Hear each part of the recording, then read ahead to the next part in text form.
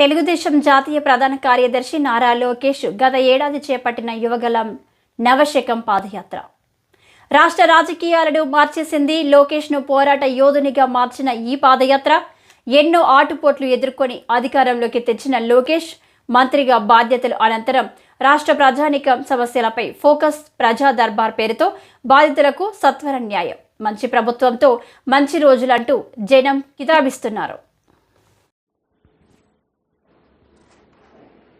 కుప్పంలో ప్రారంభమైన యాత్ర 11 ఉమ్మడి జిల్లాలు, 97 అసెంబ్లీ నియోజకవర్గాలు, 232 మండలాలు, మున్సిపాలిటీలు, 2028 గ్రామాల మీదుగా 226 రోజులు కొనసాగింది. లోకేష్ ఎక్కువ రోజులు నడవలేరని అవహేళన చేసిన వారికి తన యాత్రతోనే సమాధానం చెప్పారు. విజయనగరం జిల్లా భోగాపురం మండలంలోని పోలిపల్లి వద్ద తెలుగుదేశం విజయోత్సవ సభను నిర్వహించారు. ఎవరు భయపడొద్దు, 20 కేసులు నా పైన పెట్టారు. అటెంప్ట్ మర్డర్ ఉంది, ఎస్సీ ఎస్టీ కేసు ఉంది, కానీ తగ్గేదే లేదు. ఆ యువగలం యాత్ర స్ఫూర్తితోనే ఎన్నికల్లో పార్టీ శ్రేణుల్లో గెలుపు కోసం శక్తివంచన లేకుండా పనిచేసేలా కదిలించింది. కూటమి ఎన్నికల్లో 164 సీట్లతో అధికారంలోకి రావడానికి చంద్రబాబు అరెస్ట్, లోకేష్ యువగలం టీడీపీ కేడర్కు టానిక్లా పనిచేశాయి. పార్టీ ప్రభుత్వానికి వారధి, సారథి లోకేష్.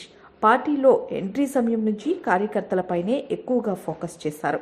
దేశంలో మరే ఇతర పార్టీకి లేని సైన్యం టీడీపీకి ఉంది. కార్యకర్తలకు బీమా సౌకర్యం తీసుకొచ్చారు. పార్టీ ప్రభుత్వానికి మధ్య వారధిగా నిలిచారు. అదేవిధంగా అధికారంలోకి వచ్చిన తర్వాత కీలకమైన విద్యాశాఖ పర్యవేక్షిస్తున్నారు. విద్యా వ్యవస్థలో సంస్కరణలకు శ్రీకారం చుట్టారు. అందుకే ఉద్యోగస్తులు కూడా నేను హామీ ఇస్తున్నా, తెలుగుదేశం పార్టీ అధికారంలోకి వచ్చిన వెంటనే సకాలంలో జీతం మేము చెల్లిస్తాం. ప్రతి నెల 1వ తారీఖు నాడు మీకు జీతాలు పడే విధంగా మేము చేస్తాం. అంతేకాదు మెరుగైన ఫిట్మెంట్ కూడా అందించే బాధ్యత తెలుగుదేశం పార్టీ తీసుకుంటుంది. ఇక ప్రజా దర్బారు ద్వారా ఇబ్బందుల్లో ప్రతి ఒక్కరికి బాసటగా నిలుస్తున్నారు. సోషల్ మీడియాలో కష్టంలో ఉన్నామంటూ పోస్టింగ్ పెడితే వెంటనే స్పందిస్తున్నారు. ఆపదలో ఉన్నవారికి అండగా ఉంటూ ప్రశంసలు అందుకుంటున్నారు. పాలనలో తండ్రికి చేదోడుగా ఉంటూ కూటమి విజయానికి కష్టపడి పనిచేసిన వారికి గుర్తింపు ఇవ్వటంలో కీలకంగా వ్యవహరిస్తున్నారు. నాటి యువగలం నేటి అధికారం వెనుక ముఖ్య భూమిక పోషిస్తే లోకేష్ టీడీపీ భవిష్యత్తుకు పునాదిగా నిలిచి ఏపీలో సరికొత్త చరిత్రకు శ్రీకారం చుట్టింది. I started my journey in Mangalgiri in 2019. I lost in 2019.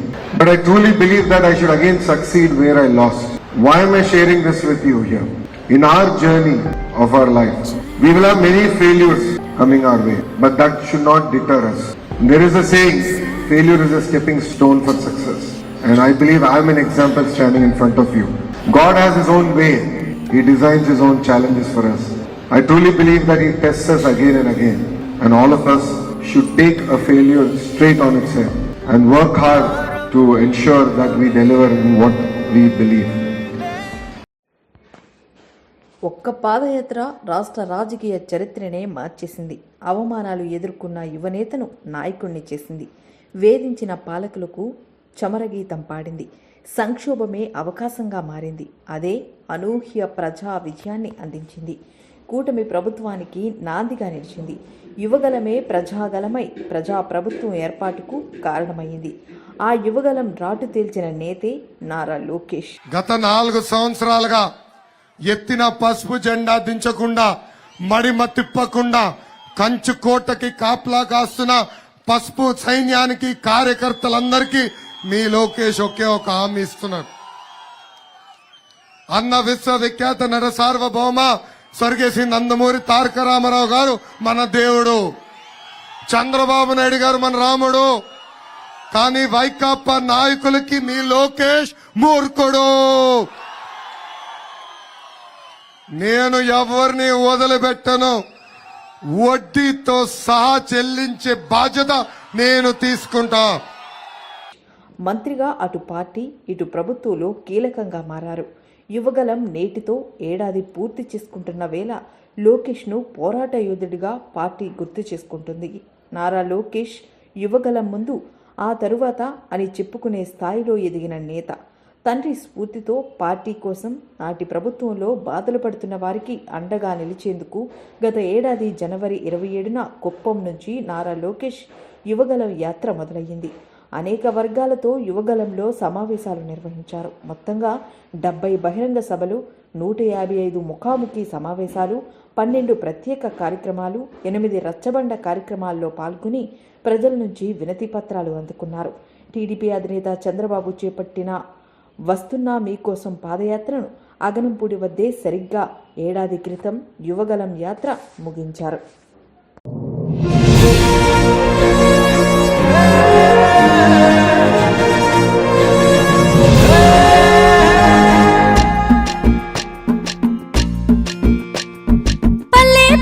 వస్తున్నాడమ్మో ప్రతి తల్లికి కొడుకవుతానని, కాలి నడకన కదిలొస్తున్నాడమ్మో మన కంట నీరు తొడవాలని, దుఃఖాన్ని దిగమింగి కన తల్లి పంపగా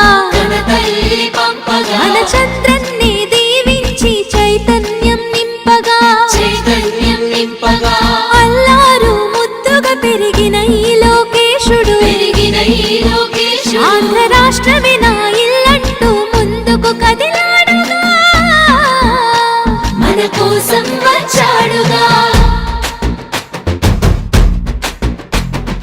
అదిగదిగో అడుగుల సడి వినపడలేదా, అగ్గి పిడుగులాంటి రూపు కనపడలేదా, అంధకారమున మునిగిన ఆంధ్ర నేలను పదం దొక్కి కాపాడగ లోకేశన్నా.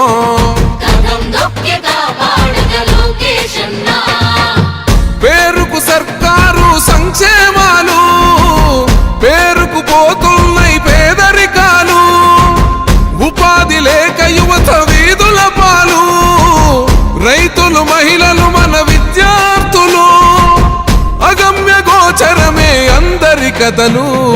అందుకే పద ముందుకే అంటున్నది యువగలం. చలో అన్యాయాన్ని దిరించే సైన్యమే యువగలం.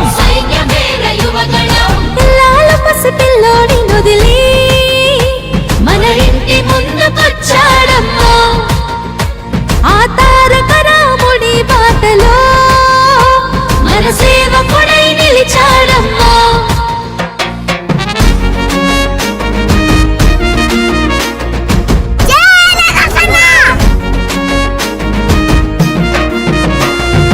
ఆనాడు తాతయ్య ఎన్టీఆర్ సుపరిపాలనతో గెలిచాడు జన హృదయాలు, పేదోడికి పట్టెడు అన్నం పెట్టాడు, చెట్ట సభలల్లో అందరినీ కూర్చోబెట్టాడు, ఆ తాత అడుగు జాడల్లో అందరితో మమేకం,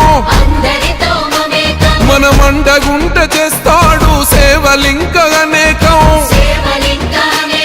ఆనాటి రోజులు మళ్ళీ తెస్తాడు మనకై యుద్ధం చేస్తున్నాడు అందుకే. అందుకే పద ముందుకే అంటున్నది యువగలం. చలో అన్యాయాన్ని దిరించే సైన్యమే యువగలం. మన బాలయ్య దీవెన ఉంది, మన బ్రాహ్మణి సహకారం ఉంది, ఆంధ్ర జనమంతా అండగా ఉంది, లోకేష్ అన్నకు జై అంటుంది.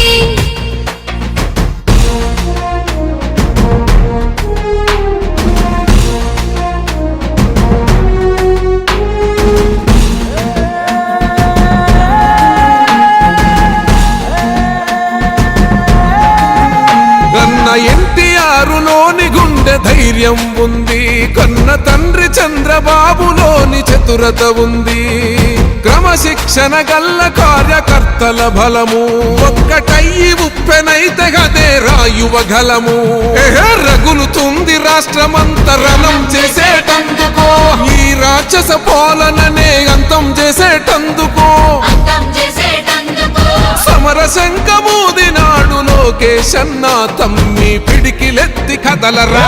అందుకే పద ముందుకే అంటున్నది యువగలం.